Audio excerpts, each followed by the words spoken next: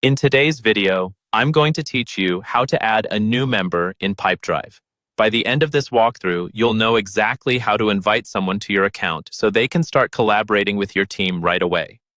Let's start from inside your Pipedrive dashboard. Make sure you're logged into the correct account where you want to add this new person. At the top right corner of the screen, you'll see your profile icon. This is usually either your initials or a small profile picture. Go ahead and click on that icon.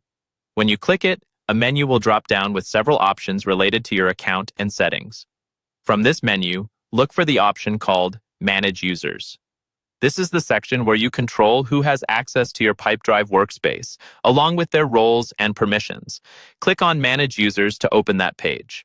Once you're on the Manage Users screen, you'll see a list of people who already have access to your account, along with some details about their status. To add someone new, look for a green button that says Plus User. This button is usually near the top of the page and is designed to stand out so it's easy to find. Click on the green Plus User button to start creating a new invitation. A small window or panel will appear, asking for some basic information about the person you want to add. The key detail you need here is their email address. Type in the email address that your new team member will use to log into Pipedrive. Make sure you double-check the spelling so the invitation goes to the right place and doesn't bounce back or get lost.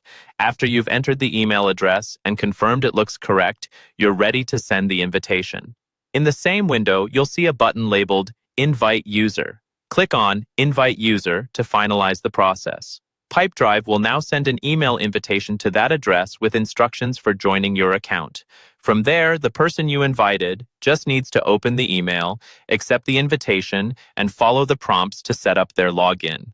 Once they've completed that, you'll see them listed as a user in your Manage Users section, and they'll be able to start working alongside you in Pipedrive.